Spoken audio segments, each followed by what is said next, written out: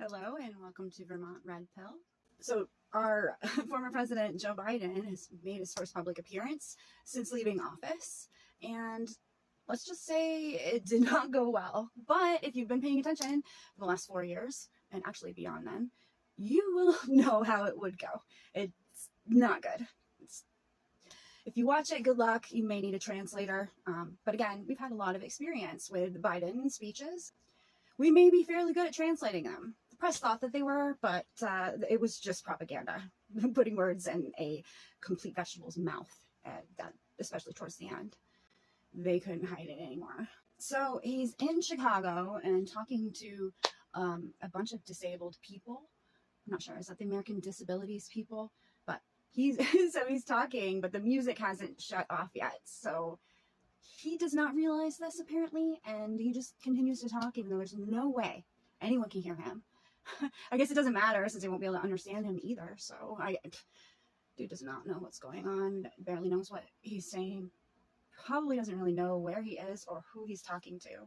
And I feel bad ragging on Biden because he's not our president anymore, but just the fact that he ever was is the biggest black mark on America. Like, what were we thinking? Face palm forever. Not for me though, because I did not vote for him, but I know a lot of people who did, and I don't understand why, but you love people even if they're flawed, right? Try not to hold it against them. It's so hard though, so hard, because they hold everything against us. I am not mistaken, the music that was playing while Biden was speaking was Bruce Springsteen, which is very appropriate because Bruce Springsteen is not the boss, nor is he proud to be born in the USA anymore. He is a commie retard, just like Green Day, commie retards. Yeah, when you want to say another redneck MAGA agenda, I'd say another retard progressive agenda. Let's do it. Another retard progressive agenda. Yeah, I like it. It kind of works. Somebody really needs to do a parody of that song to make fun of the left, because it is ripe for parody. Someone has to put Billy Joel Armstrong and company in their place, or at least let them know, hey, you're fighting for the corporations, for the elite, for the rich people now. Hello, wake them up and wake up, rage against the machine. Oh, I'm sorry, as Tim Pool says, rage on behalf of the machine. Wake those people up, because you're not punk rock. You're establishment, and you're boring. I would much rather hear Tom MacDonald than you, because Tom MacDonald is actually making a dent in culture, whereas you're just repeating things that you said 20 years ago during Bush's term, and it doesn't work anymore. I mean, it does to fellow retarded lefties, but not to the majority of us. The majority of us think you and the rest of Hollywood are sad. Actually, we kind of are just done with you in general. So we don't really think anything of you. You're just there, and we're like, ugh, moving on. I'm just like, ugh, more of this. I'm so done with this. I gave him credit for Dookie. That was fabulous. Like, I'm not one of those people that can't separate the artist from the art, but I will say it is hard sometimes. But Dookie is a masterpiece, and no one can take that from him, right? I know I enjoyed it. It was a lot of fun. So back to Biden and his speech. He starts it off by saying that this is about dignity for disabled people, reclaiming their dignity. Well, guess what? I have asthma. You might consider that a disability. I do, because it affects everything in my life. When it's too humid, I can't breathe. I've had numerous times that I've hyperventilated. And when COVID came around, and masks and forced mandates and all of that, as a person with asthma, I was ignored.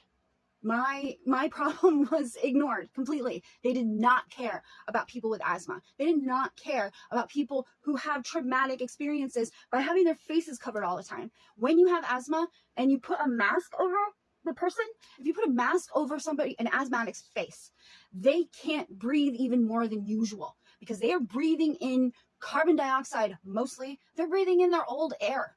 And Joe Biden is like, oh, let them reclaim their dignity. You know, I'm so mad at American Disabilities Association. I'm so mad in general at the people that represent disabled people for not having our back on this.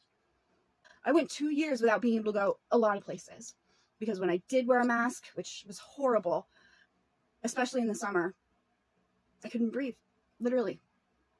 I guess people care when you're George Floyd or a certain skin color and you say, I can't breathe and die. But if you're a white girl and you faint in the grocery store and say, I can't breathe, people don't care. They want you to wear that mask. They don't give a shit. That's what I learned. And Joe Biden up there, he was part of that. He doesn't give a shit about disabled people either. He goes, everyone should be treated with dignity, regardless of economic status. Everyone should be treated with dignity. Guess what? I was not. I was miserable, and I'm still like psychologically dealing with what was done to me. And I do feel like a lot of people are probably suffering from some sort of PTSD by the fact that we have been in an abusive relationship with our government for at least 4 years. But because of what they did with Trump, we're saying at least 8 years. And before that, okay? So I think, honestly, we've been in an abusive relationship with our government probably our whole lives. We just didn't know about it until Trump came around. So thank God for Trump. He red-pilled ignorant liberals that thought they knew what was going on, like I was. I would probably still be an ignorant and arrogant liberal now if he hadn't come around. Biden talks about there's 60 million Americans that need to be treated with dignity.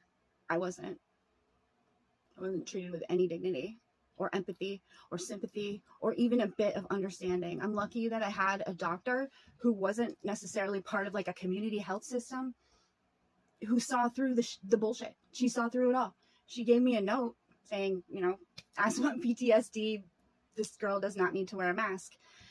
It didn't matter. Again, people didn't care, especially the people that are representing disabled people. They're all about the money.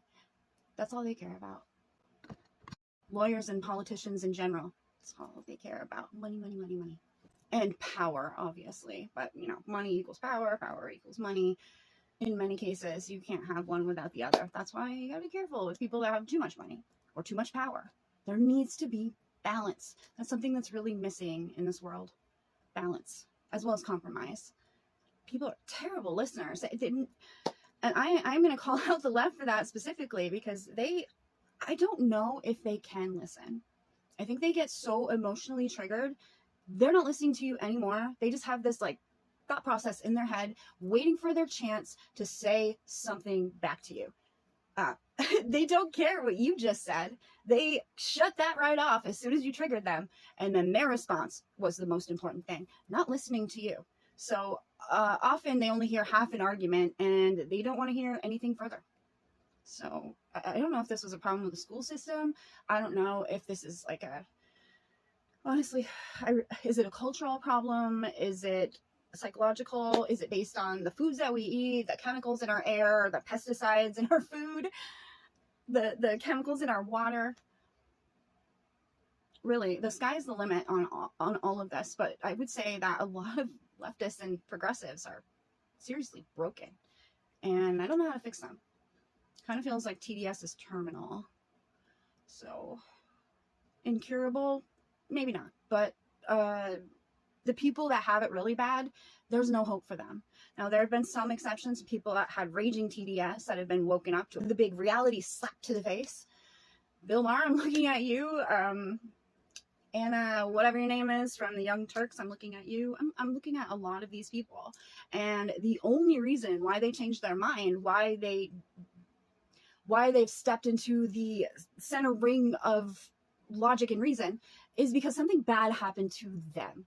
And I'm not going to say like they're selfish people, because that's how they were woken up. They had to have, you know, the Young Turks woman, she needed to have somebody try to sexually assault her on the street, immigrants, I believe. And now all of a sudden she sees the problem that we have been talking about for years. This is a problem with everyone, I think. You just don't notice things, you don't pay attention to them, and you don't care about them unless they affect you personally, or your family, or your friends. That's something we really need to work on, especially the left. They really need to work on that, because they have an aversion to truth and facts. They just can't handle it. They cannot handle it. Their brain just goes, and they're like, oh, I can't deal with the fact that I've been lied to my whole life, and oh, PTSD that I must have. Oh, I can't handle it. Okay, you know what? CNN, MSNBC. Okay, Tell me lies. Tell me sweet little lies. And I'm living in Vermont, just surrounded by these people. 50,000 of them came out to protest anything. I don't even know. Trump? His agenda? Elon Musk? Just, we're mad and we're not going to take it anymore. Rawr. If you ask them what they're protesting, they'll tell you Elon or Trump. And you'll be like, okay, specifically what? They do not know. They're just cogs in the machine doing what they're told.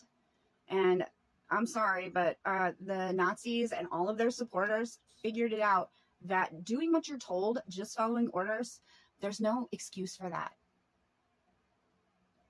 You should know better what's right and what's wrong. And I think deep down you do. You just choose to ignore it. I'm not really sure why, because I'm not like that. At least not anymore.